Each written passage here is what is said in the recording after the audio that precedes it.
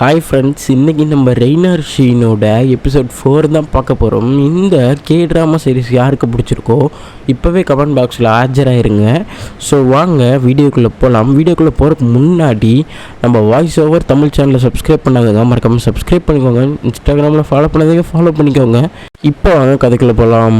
நம்ம hero bulldog மன்ச்சர்னா என்னன்னு தெரியுமான்னு கேட்டிருக்காங்க. அதுக்கு நம்ம ஹீரோயின் எனக்கு தெரியலையே அப்படின்னு சொல்கிறாங்க. புல்டாக் மன்ச்சர்னா தெரியாதுல்ல அப்படின்னு சொல்லிட்டு நம்ம ஹீரோ கொஞ்சம் கடுப்பாகி அப்படியே அந்த இடத்த விட்டு கொஞ்சம் வேலை செய்யறதுக்கு போகிறான்.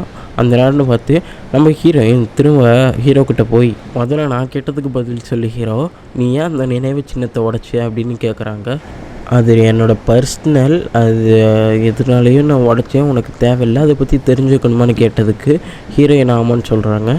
மற்றவங்களை ஹெல்ப் பண்ணிட்டு உனக்கு ஒரு விஷயம் தெரியணும்னு நினைக்கிற பற்றியா, நீ உண்மையாலுமே ஒரு கெட்ட பொண்ணு அப்படின்னு நம்ம ஹீரோயினை பார்த்து சொல்கிறான். நம்ம ஹீரோயினுக்கு ஒரு மாதிரி ஆயிடுது. ஆனாலும் ஹீரோ திரும்ப திட்டிகிட்டே இருக்கான். இந்த நேரம்னு பார்த்து அங்கே சிஇஓ 2 பேரும் என்னடா பண்ணுறீங்க அப்படின்னு கேட்குறாங்க. அந்த நேரம் நம்ம ஹீரோ அப்படியே வேலை செய்கிற மாதிரி அங்கேருந்து அப்படியே எஸ்கேப் ஆகிட்டான். நீ எவன்டா அது நோ பார்க்கிங்கில் வண்டியை விட்டது ஏறா அந்த மாதிரி சொல்லிட்டு எஸ்கேப் ஆகிட்டான். ஹீரோயின் அவன் ஃப்ரெண்டுக்கிட்ட போய் புல்டாக் மன்ச்சர்னா என்னன்னு தெரியுமான்னு கேட்டதுக்கு, அது ஒரு ஃபேவரட் பேண்ட் ஆச்சு, உனக்கே மறந்து போச்சா அப்படின்னு கேட்குறான். நீ ஸ்கூல் படிக்க போதெல்லாம் அதானே விரும்பி கேட்ப அப்படின்னு சொல்கிறாங்க. ஹீரோயினுக்கு தெரியல போல், மறந்து போச்சு. அதனால் நம்ம ஹீரோயின் ஓ அப்படியா அதுமாரி அதிசயமாக கேட்குறாங்க. இந்த சைடு சிஇஓ வேலை பார்த்துட்டு இருக்கான். அந்த நேரம் ஹீரோவும் அங்கே தான் இருக்கான். அந்த நேரம் அந்த கம்பெனியோட ஓனர் என்ன பண்ணுறீங்க, திரும்ப உங்களை இன்ஸ்பெக்ஷன் பண்ணுறீங்க அப்படின்னு கேட்குறான். ஆமாங்க, நாங்கள் ஒரு தடவை ரீசெக் இன்ஸ்பெக்ஷன் பண்ணிக்கலாம் இருக்கோம் அப்படின்னு நம்ம சிஇஓ சொல்லலை. நீ ஒரு முட்டாள் தெரியுமா, நாங்கள் தான் ஏற்கனவே தெளிவாக தான் பண்ணியிருக்கோம், எங்கள் மேலேயே சந்தேகப்படுற அப்படின்னு அந்த ஓனர் பிடிச்சி திட்டுறாங்க. அதனால் ஹீரோவை பார்க்குறாங்களா, ஹீரோ அப்படியே இங்கே ஒரு நிமிஷம் வா அப்படின்னு கூப்பிட்றாங்க. ஹீரோவும் என்னை வா அப்படின்னு சொல்லிட்டு அவனும் போறியான். நீ யார், உன்னை பார்த்தா எனக்கு வெறுப்பாக இருக்கே அப்படின்னு அவன் கொஞ்சம் திமுறாக பேசையில், என்னோடய பேர் லீ கேங்டும் அப்படின்னு நம்ம ஹீரோ சொல்கிறான். ஓ இந்த மாதிரி ரவுடியெலாம் வச்சுக்கிட்டா நீ இந்த கம்பெனியை வாங்கிடுவியா அப்படின்னு கொஞ்சம் திமுறாக பேசுகிறான் அந்த ஓனர். அப்படியே கொஞ்சமாக அவன் வன்மத்தை கக்கிட்டு அப்படியே அங்கேருந்து போயிடுறான் அந்த ஓனர். யார் பாஸ் இவன் இவ்வளோ கெட்டவனாக இருக்கிறியா, ஏன்னா வேறு ரொம்ப வெறுப்பேற்றுறான் நின்று ஹீரோ சிஇஓட்ட சொல்லிகிட்டு இருக்கான். ஆமாம் ஹீரோ உனக்கு கேட்கணும்னு நினச்சேன். காலையில் ஹீரோயின் கோட்டை என்ன பேசிகிட்டு இருந்தேன், அது என் பர்சனல்லாம் தடையிடாதீங்கன்னு சொல்லியிருக்கேன்ல அப்படின்னு ஹீரோ சொல்லிட்டு அங்கேருந்து கிளம்பிட்டான். எல்லாத்தையும் நோட்டீஸ் கொடுக்கணும் போல அவன்கிட்ட அப்படின்னு சொல்கிறான். அவன் சிஇஓக்கு ஒரு மாதிரி சங்கட்டமாக போயிடுது. இந்த சைடு நம்ம மேக்கப் மங்குனி ஹீரோ எடுத்துகிட்டு ஃபஸ்ட் எய்டு எடுத்து, அன்னைக்கு அவன் உனக்கு ஃபஸ்ட் எய்டு கொடுக்கலான்னு வந்தியான், இதை மறந்து விட்டுட்டே போயிட்டான், அதனால் இருந்தா நீ வச்சுக்க அப்படின்னு நான் மேக்கப் மங்குனி சொல்லலை. அப்படியா, எந்த ஹீரோ, ஓ அவனா, சரி அவன் எனக்கு அக்கறை எடுத்துக்கிட்டானா அப்படின்னு நினச்சி அந்த நிமிஷமே போய் ஹீரோவோட அட்ரஸ் வாங்குகிறான். சிஇஓ அசிஸ்டண்ட்டுக்கிட்ட அந்த ஃபைலில் இருந்தால் எடுத்துக்க, அங்கே தான் டீட்டெயில்ஸில் இருக்குது அப்படின்னு சொல்கிறாங்க. ஹீரோட அட்ரஸ் கிடச்சிடுது. இந்த சைடு சிஇஓ ஒர்க்கை முடிச்சுட்டு போகலான்னு பார்க்கையில் அந்த நேரம் நம்ம சைட்டு காரில் நிற்கிது. நம்ம சைட்டு எந்திரிச்சு ஒரு மாதிரி எப்படி யார் கூடனா டேட்டிங் போ, ஆனால் என் கண்ணு முன்னாடி போகாத, நான் ரொம்ப கஷ்டப்படுவேன் சிஇஓ அப்படின்னு சொல்லல. நீ ஏன் இந்த மாதிரிலாம் பேசுகிற அடிக்கடி, எனக்கு ரொம்ப வருத்தமாக இருக்குது தெரியுமா அதுன்னு சொல்கிறேன். நீ வருத்தப்படுறேன்னா நான் இனிமேல் பேச மாட்டேன்டா அப்படின்னு அப்படியே கையை தொட பார்க்கல. எனக்கு இதெல்லாம் பிடிக்காது, நீ இந்த இடத்த விட்டு கிளம்பு, இனிமேல் என் மேலே இன்ட்ரெஸ்ட்டாக படாத அப்படின்னு கொஞ்சம் திட்டி விட்டு நம்ம சிஇஓ அந்த இடத்த விட்டு கிளம்பிடுறான். சரி இவளும் கிளம்பலான்னு பார்க்கையில் அந்த நேரம்னு பார்த்து அந்த இடத்துல ஹீரோ இருக்கான். மேடம் நான் ஒன்றும் பண்ணல, நான் தேடி வந்தாலும் இங்கே இல்லை, நான் எதுக்கு பார்க்கல அப்படின்னு சொல்கிறான். நமக்குள்ளே சிரிப்பு வந்துடும் அப்படியே. ஹீரோ நீ இங்கே என்ன பண்ணுற, இங்கே வா ஒரு நிமிஷம், இங்கே பார்த்தது அப்படி மறந்தது அப்படின்னு கேட்குறான். மறந்துடவா, நீங்களே ஒரு கேடுகட்டமான விஷயம் பண்ணுறீங்க. ஒரு டேட்டிங்னா ஒரு பையனுக்கும் பொண்ணுக்கும் பிடிச்சிருக்கும், ஒருத்தருக்கு பிடிச்சிருந்து இன்னொருத்தருக்கு பிடிக்கலன்னா ரொம்ப கஷ்டமாக இருக்கும், அதெல்லாம் பண்ணவே கூடாது. இவ்வளோ முரட்டுத்தனமான ஆளுக்கே தெரிஞ்சிருக்கு, உங்களுக்கு தெரிலையா அப்படின்னு சொல்லிட்டு ஹீரோவும் கிளம்பிடுறான். அப்படியே இந்த சைடு பார்த்தீங்கன்னா நம்ம ஹீரோ இருந்தாங்க, ஹீரோட அட்ரஸை தேடி போயிட்டுருக்காங்க. அந்த இடம் ஃபுல்லாக கொஞ்சம் ரெட் லைட் ஏரியாவாக இருக்குதுன்னு நினைக்கிறேன், அந்த மரத்தில் நடந்துகிட்டு இருக்காங்க. அதுவும் இல்லாமல் ஹீரோட அட்ரஸ் ஒரு பார்க்கிட்ட காமிக்குது. அந்த பார்க்குள்ளே நம்ம ஹீரோயினும் போகிறாங்க. வரவங்க போகிறவங்ககிட்டலாம் எஸ்கியூஸ் மீ ஹீரோ தெரியுமான்னு கேட்குறாங்க. எனக்கு தெரியாது மேடம் அப்படின்னு சொல்லிட்டு அவங்களும் போயிடுறாங்க. ஒரு போதையில் ஒரு ஆள் இடிக்கிற மாதிரியே வராங்க. அந்த நேரம்னு பார்த்து நம்ம ஹீரோவோட என்ட்ரிங்க அப்படியே ஹீரோயின்கிட்ட இடிக்காமல் பார்த்துக்குறான். ஏன்னா பணக்காரி எந்த இடத்துக்குலாம் வர அப்படின்னு கேட்குறாங்க. இல்லை அப்படின்னு நம்ம ஹீரோயின் சொல்லல. அவள் வெளியே போகலாம் அப்படின்னு ஹீரோயினை வெளியே எடுத்துகிட்டு போயிடறான் நம்ம ஹீரோ அப்படின்னு சொல்லிட்டு ஒரு ரோட்டு கடைக்கு கொண்டு வந்திருக்கான். அது கொஞ்சம் பியர் கடை போல். அங்கேன்னு பார்த்து நான் எதுக்கு வந்தேன்னு தெரியுமா, உன்கிட்ட கொஞ்சம் சாரி கேட்க தான் வந்தேன், அன்னைக்கு நான் அப்படி பேசினது மன்னிச்சுக்க சரின்னு சொல்லிட்டு சாரி கேட்குறா ஹீரோயின். இதை பார்த்தோன்னே ஹீரோவும் ஓகே விடுன்னு சொல்கிறாங்க. அந்த புல்டாக் மிஷன்னா எனக்கு தெரிஞ்சிருச்சு. ஓ அப்படியா சரி அப்படின்னு ஹீரோ கொஞ்சம் நார்மலாக சொல்லல. அந்த புல்டாக் மிஷன்னா ஒரு மியூசிக் பேண்டு தானேன்னு கேட்கல. இது ஒரு மியூசிக் பேண்டு மட்டும் இல்லை, அது ஒரு நம்ம உணர்வுகளோட கலந்த சிங்கர்ஸோட பாட்டுன்னு சொல்லிட்டு அந்த பாட்டை நம்ம ஹீரோ அங்கேயே பாட ஆரம்பிக்கிறான். கொஞ்சம் ரொம்ப போதை போட்டான் போல், அதனால கொஞ்சம் பைத்தியக்கார மாதிரி தான் பாட ஆரம்பிக்கிறான். அன்பேவா என் அன்பேவா அருகில் வா அன்பு கொடு அப்படின்னு ரோட்டில் அப்படியே பாடிக்கிட்டு இருக்கான் நம்ம ஹீரோ. அந்த சின்ன கட் பண்ணால் நம்ம சைட்டு வந்து ஹீரோ பேசுக்கு வேலையை விட்டு தூக்கணும்னு விசாரிக்கையில் ஹீரோவோட அவங்க அப்பா கன்ஸ்ட்ரக்ஷன் வேலையிலே இறந்துட்டாருன்னு அவங்க ஸ்டாஃப்ஸ் எல்லாம் சொல்கிறாங்க. ஓ அப்படியா சரி அப்படின்னு சைட்டுக்கு கொஞ்சம் சோகமாயிடுது. சரி வேலையை விட்டுலாம் தூக்காதீங்க, அவன் மேலே ஒரு கண் இருக்கட்டும் அப்படின்னு நம்ம சைட்டுக்கு இது சொல்கிறாங்க. அதுக்கப்புறம் அப்படியே நைட்டும் ஆகுது, அடுத்த நாளும் ஆகுது. அடுத்த நாள் நம்ம ஹீரோ வந்து சிஇஓவை பார்த்து அந்த நினைவு சின்னத்தை நான் தான் உடைச்சேன், பின்ன அத்திலுண்டு வச்சா எனக்கு பிடிக்கவே இல்லாத உடைச்சிட்டேன். ஒரு நினைவு சின்னம்னா எப்படி இருக்கும், அதுவும் 47 பேர்த்தோட பேர் எழுதி நினைவு சின்னம்னா எவ்வளோ அழகாக இருக்கணும்னு கேட்குறான். ஸோ அப்போ நீ நினைவு சின்னத்தை உடைக்கணும்னு நினைக்கல, அது அழகாக செய்யணும்னு தான் நினைக்கிறேன் அப்படின்னு கேட்டதுக்கு ஆமாம் சரி இதுக்கான பொறுப்பை நான் உனக்கு கொடுக்குறேன், உனக்கு நம்ம கம்பெனி ஸ்டாஃப்ஸில் யார் வேணுமோ எடுத்துக்கோ, நீங்கள் 2 பேரும் வேலை செய்யுங்க நினைவு சின்னத்துக்குன்னு கேட்குறாங்க. அதுக்கு வந்து எனக்கு அந்த ஹீரோயினை கொடுங்க பார்ட்னராக அப்படின்னு கேட்குறாங்க.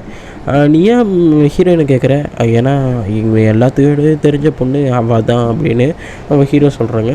நம்ம சிஇஓ அதுக்கு ஒத்துக்கிறாங்க. நம்ம ஹீரோ அப்படியே வெளியே வரையில் நம்ம ஹீரோயின் டேரெக்டாக வந்து முட்டுறாங்க. நீ போடுறது வந்து இப்படி தானேம்மா எப்பயுமே வந்து முட்டிக்கிட்டே இருக்க அப்படின்னு கேட்கல.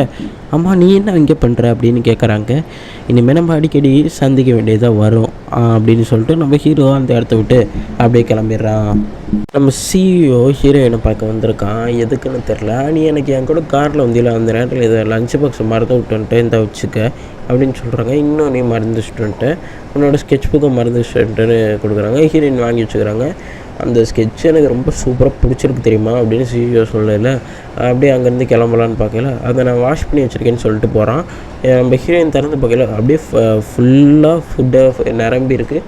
அதெல்லாம் பண்ணி தான் சிஇஓ கொடுத்துருக்கோம். நம்ம ஹீரோ கொஞ்சம் ரிலாக்ஸ் பண்ணலான்னு பீச் பக்கம் வந்திருப்பான் போல். அந்த சைடு நம்ம சைட்டு வந்து நான் அவங்க கூட பேசணும் அப்படின்னு கடைக்கு கூட்டிகிட்டு போகிறாங்க.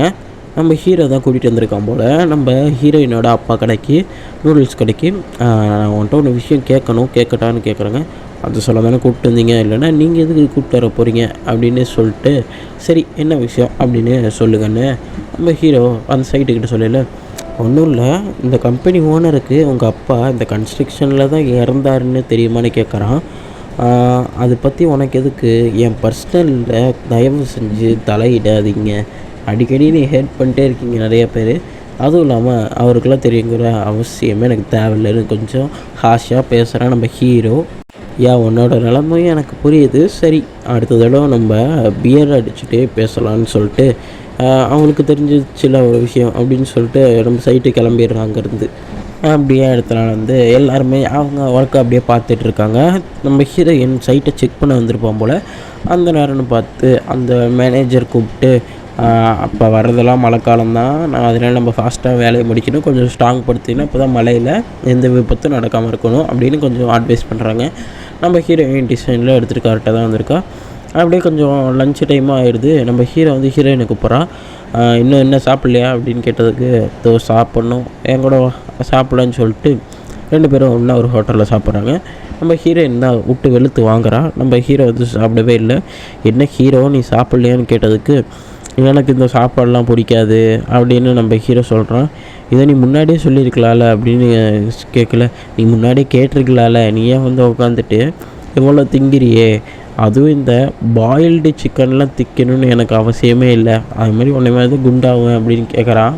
நம்ம ஹீரோயின் சொல்கிறா இந்த மாதிரிலாம் சாப்பிட்டா தான் நல்லா கும்தலை கடியாக இருக்க முடியும்னு. நம்ம ஹீரோயின்கிட்ட கேட்குறியா, நீ எப்போ பார்த்தாலும் ஏதோ ஒன்று வரைஞ்சிக்கிட்டே இருக்க, வந்து வரைஞ்சிக்கிற நோட்டீஸ் எடுக்கிற அப்படியே போகிற, உன் வேலை தான் என்ன அப்படின்னு கேட்கல. மினியேச்சர் பில்டிங்ஸ் அப்படின்னு என்னென்னு தெரியுமா அப்படின்னு கேட்கல. என்ன ஒரு பொம்மை தானே அது அப்படின்னு சொல்லல. பொம்மையா அப்படின்னு சொல்லிட்டு ஃபுல்லாக விலாவரியாக எக்ஸ்பிளைன் பண்ணுறாங்க. ஃபஸ்ட்டு வந்து அவங்க டிசைன் எடுத்து இதுதான் 2D ட்ராயிங், உனக்கு புரியுதான்னு கேட்டதுக்கு ஹீரோவுக்கு புரியலை அப்படின்னு சொல்கிறான். சரி அடுத்து உனக்கு காமிக்கிறேன்னு ஃபோனில் அப்படியே அந்த 2Dயாக 3Dயாக மாற்றி காட்டுறாங்க. இதான் 3D. இந்த மாதிரி தான் நான் வந்து இதுக்கப்புறம் வந்து மினியேச்சர் செய்வேன், ஓகேவா? அப்போ தான் நம்ம பில்டிங்க்கு நிறையா சேதாரமாகவும் இருக்கும், அதனால் நிறைய ஸ்ட்ராங்காக பில்டிங் இருக்கும். ஒரு சேஃபான வேலை தான் இது அப்படின்னு சொல்கிறாங்க. ஓ அப்படியா அப்படின்னு நம்ம ஹீரோயின் சொல்கிறதே அப்படியே அழகாக சைட் அடிச்சுட்டு இருக்காங்க. அப்புறம் நம்ம ஹீரோ சொல்கிறாங்க, நீ உண்மையாலுமே ஒரு நல்ல சேஃபான பில்டிங்க்கு சேஃபான வேலை தான் பார்த்துட்ருக்க, ரொம்ப சூப்பரான குட் ஜாப்னு சொல்கிறாங்க. நம்ம ஹீரோயினும் தேங்க்யூ அப்படின்னு சொல்லிக்கிறாங்க.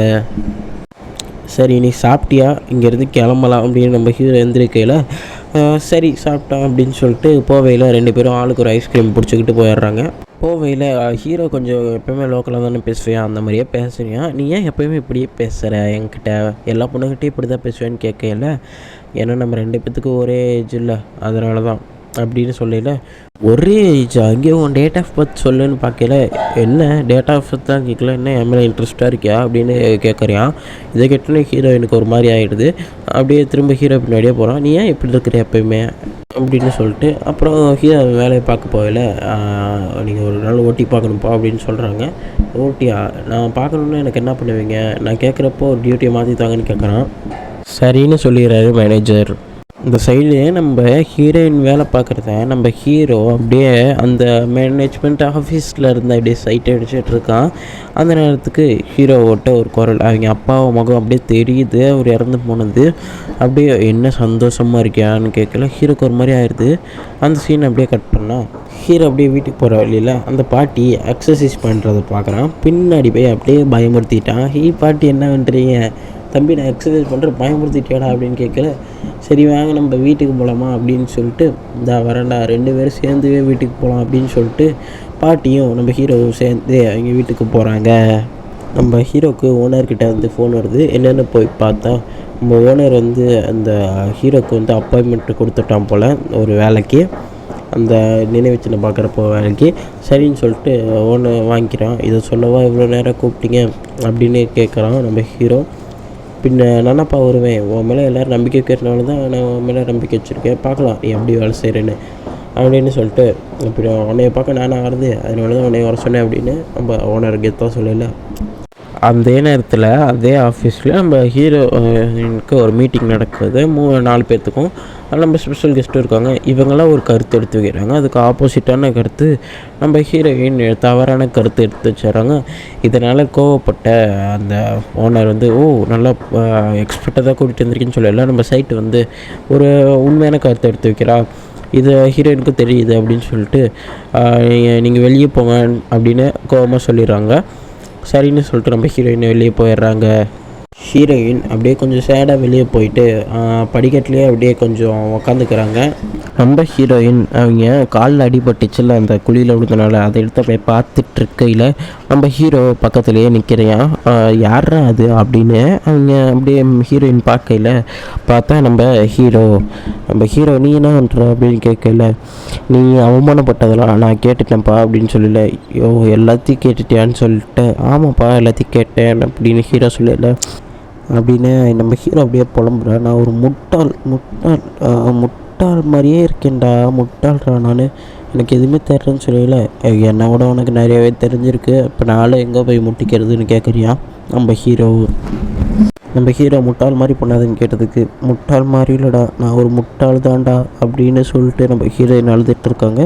அப்புறம் நீ ஏன் இது மாதிரிலாம் பேசுகிற, என்னை ஆறுதல் படுத்த தானே, நான் அப்படியே பேசினாலும் நீ அப்படி சரியாயிருவ பாரு அப்படின்னு நம்ம ஹீரோ அப்படியே அந்த இடத்த விட்டு கிளம்புறான்னு பார்க்கல.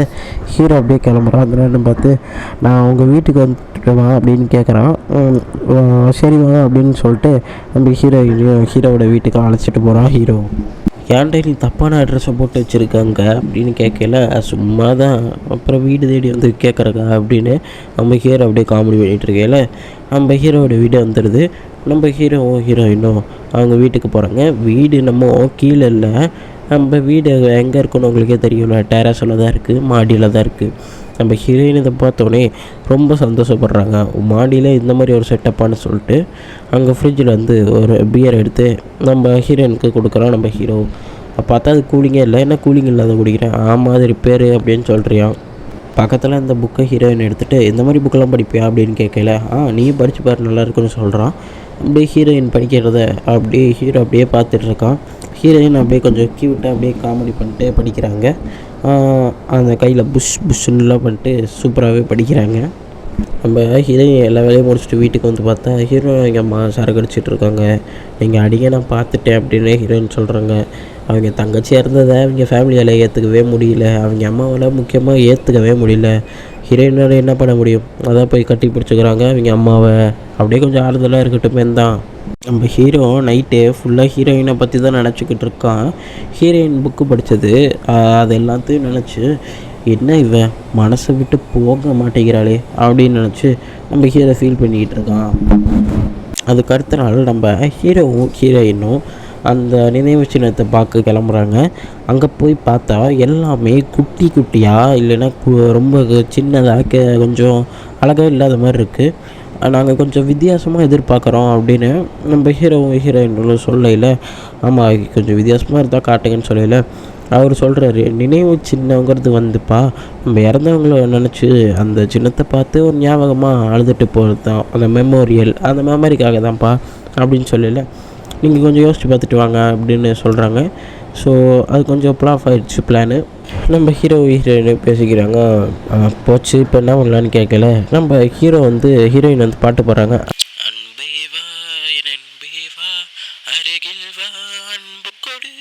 புல்டாக் மென்ஷன் சாங் பாடுறாங்க. ஹீரோ அதை கேட்டுட்டு ஏன் அதை பாடுற அப்படின்னு கேட்டதுக்கு எனக்கு அது தெரியும் பிடிச்சிருக்கு அதனால் பாடுறேன், உனக்கு தான் ப்ராப்ளம்னு கேட்டதுக்கு அதை பாடாத அப்படின்னு நம்ம ஹீரோ அப்படியே கொஞ்சம் ஹாஷாக பேசுகிறான். அதை பாடாதப்பா அப்படின்னு. நம்ம ஹீரோயின் ஏன் முதல்ல தெரிஞ்சவங்க தான் பாடணுமா அப்படின்னு சொல்கிறாங்க. நம்ம ஹீரோ அப்படியே அவங்க இந்த இடத்த விட்டே கிளம்பிடுறான். நம்ம ஹீரோயின் நடந்த விஷயத்தெல்லாம் சிஇஓட்ட சொல்கிறாங்க. பரவாயில்ல விடுங்க, நெக்ஸ்ட் டைம் பார்த்துக்கலாம் அப்படின்னு நம்ம சிஇஓ வந்து கொஞ்சம் மோட்டிவேஷனாக ஆதரவாக அப்படியே நம்ம ஹீரோயினுக்கு பேசுகிறாங்க. அப்படியே நம்ம சிஇஓ ஒரு குட் கேரக்டர்னு காட்டுறாங்க. சார் நீங்கள் ரொம்ப நல்ல மனுஷன் சார், நாங்கள் டிஃப்ரெண்ட்டு தான், எங்களை அமைச்சிட்டு எங்களையும் ஒரு மனுஷனாக நினச்சிருக்கீங்க, நீங்கள் ஒரு நல்ல ஆள் அப்படின்னு நம்ம ஹீரோயின் சிஇஓ புகழ்ந்து பேசுகிறாங்க. நம்ம சிஇஓக்கும் பிடிச்சி போயிடுது, தேங்க்யூன்னு சொல்கிறாங்க. இன்றைக்கி வந்து அந்த கன்ஸ்ட்ரக்ஷன் வேலையில் பாம் வைக்கிற ஒர்க் நடக்குது. நம்ம ஹீரோக்கு அந்த மால் இடிஞ்சு வளர்ந்ததுலேருந்து பாம்னாலே பிடிக்கிறதில்ல. அப்படியே அவன் மேனேஜ்மெண்ட் ஆஃபீஸ்க்குள்ளே போய் உட்காந்துக்கிட்டான். அந்த பாம் சத்தம்லாம் பயம் ஏற்றுது. அந்த நேரம் பார்த்து அவன் மைண்டில் ஒரு சத்தம், நீயும் என் கூட சேர்ந்து செத்துருக்கலாம்லடா அப்படின்னு அவங்க அப்பாவோட குரல் வந்து அவனுக்கு கேட்குது. ஹீரோ ரொம்பவே பயப்படுறான். அப்படியே அந்த சீன் கட் பண்ணால் நம்ம சிஇஓட ஆஃபீஸ் தான் காட்டுறாங்க. நம்ம சிஇஓ ஆஃபீஸில் நம்ம சிஇஓ வந்து ஹீரோயினை பார்க்கலான்னு பார்க்குறாங்க. அவங்க வந்து தூங்கிடுறாங்க. ஏன்னா அவங்க வேலை முடிஞ்சிச்சு போகவே இல்லை, அதனால் எழுப்பி விடுறாங்க. ஹீரோயின் அப்படியே வெளியே மழை பெய்யுது, அதை அப்படியே பார்க்குறாங்க. மழை பெய்யறதை பார்த்துட்டு நம்ம ஹீரோக்கு வந்து இன்றைக்கி நைட் ஷிஃப்ட்டு தானே அப்படின்னு நினச்சி பார்க்குறாங்க. அதனால் உடனே அந்த மழையும் பார்த்துட்டு அப்படியே அந்த சூழ்நிலையை புரிஞ்சுக்கிட்டு நம்ம ஹீரோவை பார்க்கணுன்னு சொல்லிட்டு அப்படியே அந்த இடத்த விட்டு போகிறாங்க. நம்ம ஹீரோயின் டேபிளில் 48 பேர் அந்த போன விபத்தில் இறந்தவங்களோட லிஸ்ட் இருக்குது. இதை வந்து சிஇஓ கண்ணுக்கு தென்படுது. இந்த சைடு பார்த்திங்கன்னா நம்ம ஹீரோ நைட் ஷிஃப்ட்டுக்கு வேலையை ஆரம்பிச்சிட்டியான். அப்படியே டார்ச் லைட் எடுத்துகிட்டு நைட் ஷிஃப்ட் வேலையை பார்க்கலான்னு போகிறான். அப்படியே திரும்ப இந்த சைடு காமிக்கிறாங்க. நம்ம சிஇஓ வந்து அந்த 48 பேரை பார்க்குறான். இதனால தான் இதில் யாரும் ஹீரோயோட ஃபேமிலி இருக்காங்க போலன்னு நினைக்கிறான். அப்படி நம்ம ஹீரோ வந்து டார்ச்சை பிடிச்சிட்டு நைட் ஷிஃப்ட் பார்க்கலான்னு போகையில் நம்ம ஹீரோயின் இந்த சைடு காட்டுறாங்க. மலையில் ஹீரோவை பார்க்க வந்துட்டுருக்காங்க. அப்படி இந்த சைடு ஹீரோவையும் காட்டுறாங்க. அதோட இந்த சீரியஸான கண்டிஷனில் எபிசோடையும் முடிச்சிடுறாங்க. நான் உங்களுக்கு 5th எபிசோடு நான் இன்றைக்கி அப்லோட் பண்ணுறேன். இந்த ரெய்னார் ஷெய்னோட 4th எபிசோடு உங்களுக்கு பிடிச்சிருந்துச்சுன்னா நம்ம சேனலை லைக் பண்ணி ஷேர் பண்ணிடுங்க. அப்படியே கமெண்ட் பாக்ஸில் ஆஜாயிருங்கப்பா. மறக்காமல் நம்ம வாய்ஸ் ஓவர் தமிழ் சேனலை சப்ஸ்கிரைப் பண்ணிக்கோங்க. அப்படியே இன்ஸ்டாகிராமில் ஃபாலோ பண்ணாதீங்களும் ஃபாலோ பண்ணிக்கோங்க. பாய் கைஸ், அடுத்த வீடியோவில் பார்க்கலாம்.